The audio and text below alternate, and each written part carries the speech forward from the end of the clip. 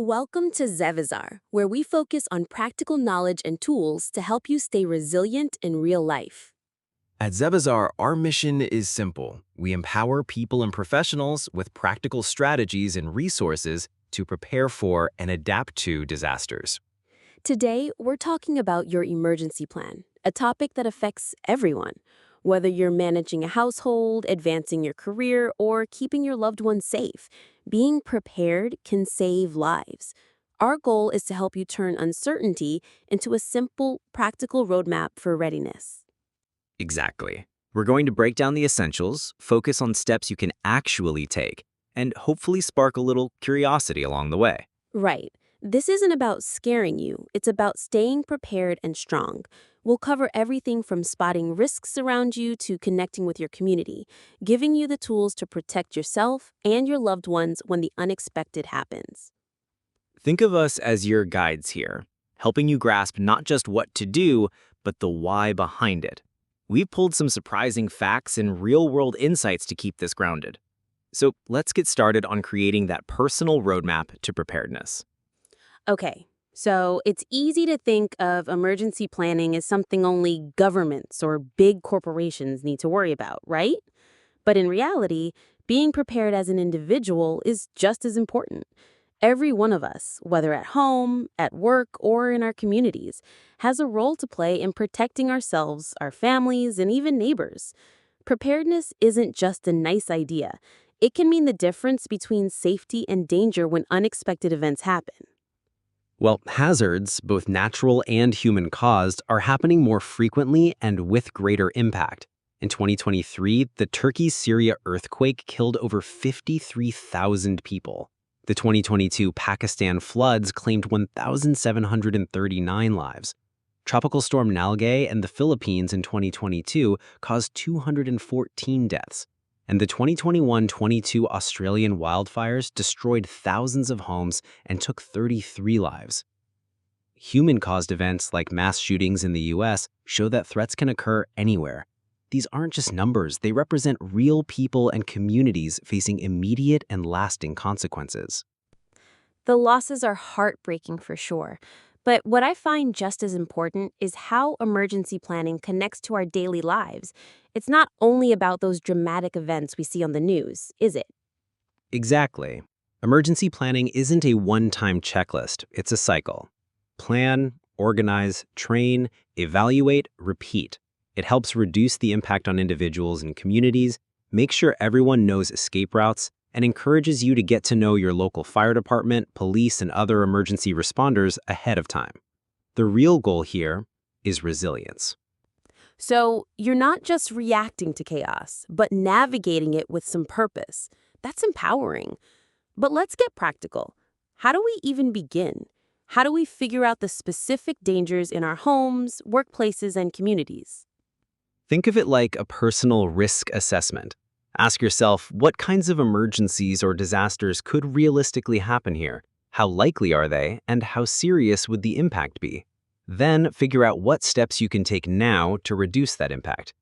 Hazards include natural events, hurricanes, earthquakes, floods, wildfires, and human-caused ones like industrial accidents or acts of violence.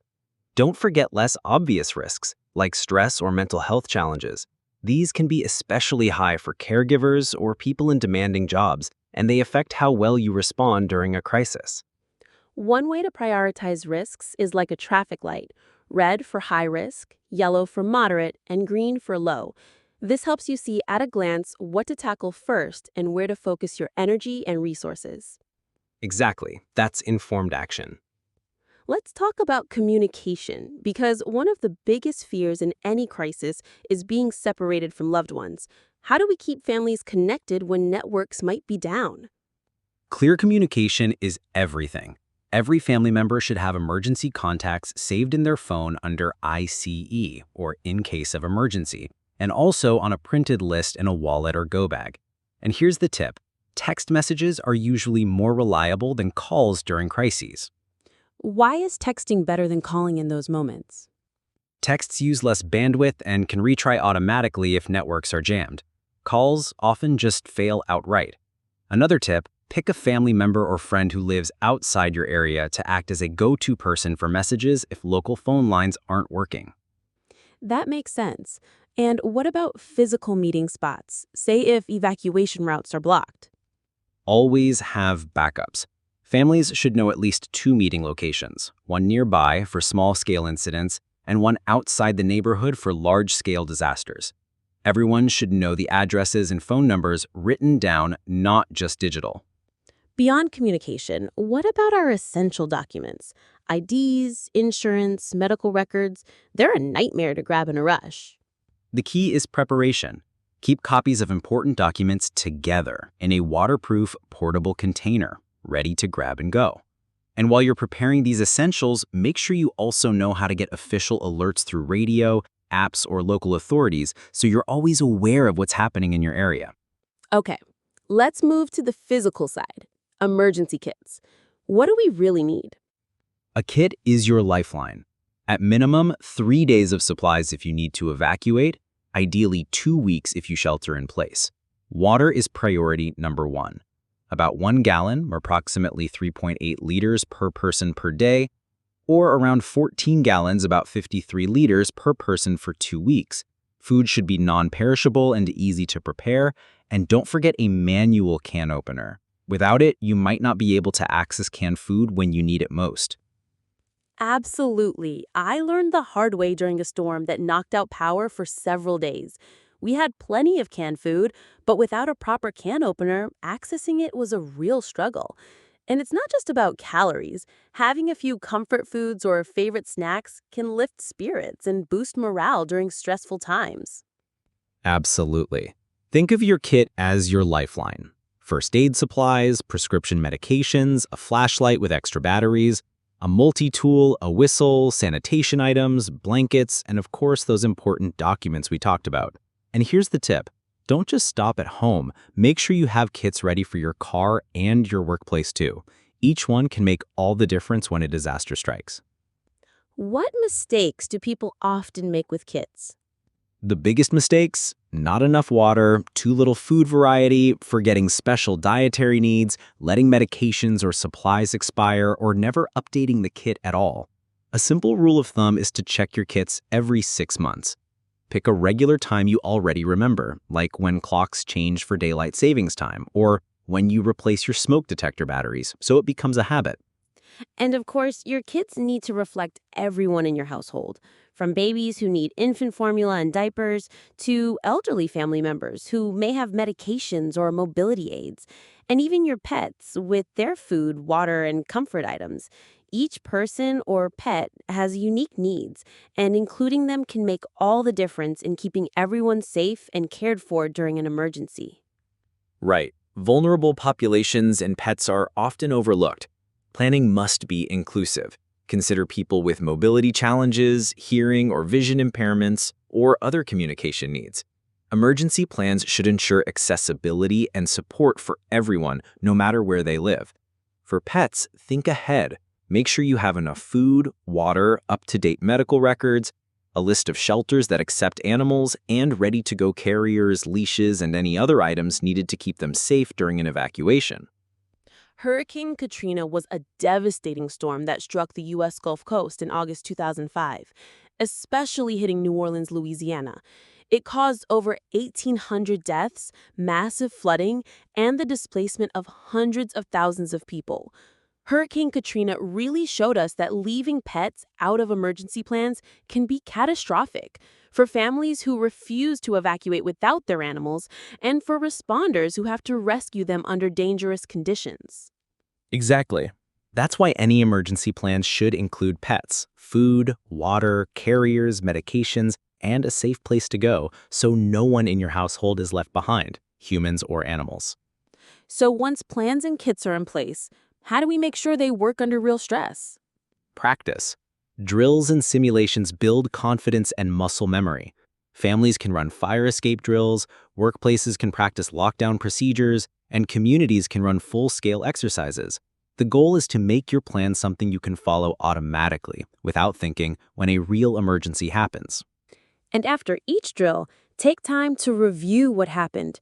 Ask yourself what worked well, what didn't, and what should be changed.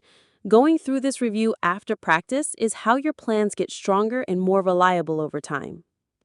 Exactly.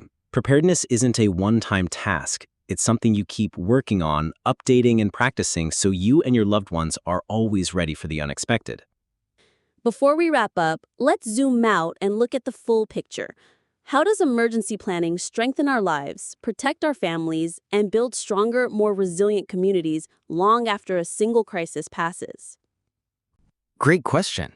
Think of it this way. Emergency planning isn't just about surviving the moment, it's about making life more secure and manageable before, during, and after a crisis. That includes financial preparedness. Keep enough cash on hand to cover essentials like food, water, and transport for at least 3 days, enough to get through immediate expenses if digital payments aren't available. For longer disruptions, aim for up to 2 weeks, adjusting amounts based on local costs and household needs. Also, understand your insurance coverage and maintain a small emergency fund for unexpected costs. And it also means mental resilience, sticking to familiar routines, letting children talk about their fears, involving them in recovery tasks so they feel in control, and knowing when to seek professional support. When you prepare this way, it doesn't just reduce anxiety, it builds confidence and trust within your family and your community. And while preparing yourself and your household is crucial, working together with others multiplies your strength. Knowing your neighbors, connecting with local organizations, and building relationships with emergency services means everyone is better supported when a crisis hits. Exactly. Communities that plan and practice together recover faster than individuals alone.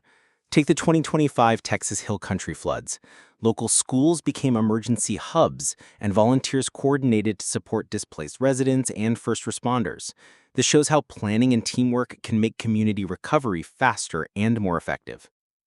And as you build both your personal and community plan, remember that resources like disaster preparedness templates and checklists can help you organize your steps, track progress, and make sure no detail is missed.